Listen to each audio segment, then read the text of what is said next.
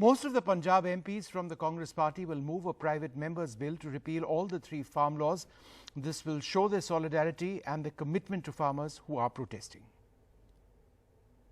By a Congress MP and along with him, a host of Congress MPs in the Lok Sabha have decided to move a private member's bill, which is very rare to actually see it go through because it's a long process. How hopeful are you that you'll get this repeal of the three farm laws? Well, Sunil, in the sense you're right. Only 14 have gone through in the past 70 years. But we do believe the kind of sentiment and emotion which is attached to it, this would be the 15th. We were left with no option. You know, you have people sitting out on the streets, lakhs and lakhs of people for over 2 months.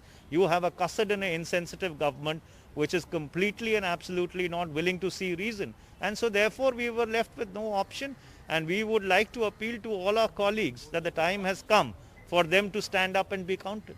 The government, as you are well aware, have on the floor of the House as well as the Prime Minister's making two important points. One, that this is confined only to Punjab and Haryana, and in fact more only to Punjab. And the last point that they're making is that the difference about the fact that nearly 85%, the 12 crore small and marginal farmers are the ones whom he's trying to protect. Well, hypothetically speaking, even if you do believe what the Prime Minister says is correct, which it is not, even then, the states which provided food security to this country, if you have farmers from those states who are up in arms, isn't that enough reason to repeal the bill? So therefore, does the Prime Minister want that there should be a similar agitation across the length and breadth of this land before he is willing to see reason?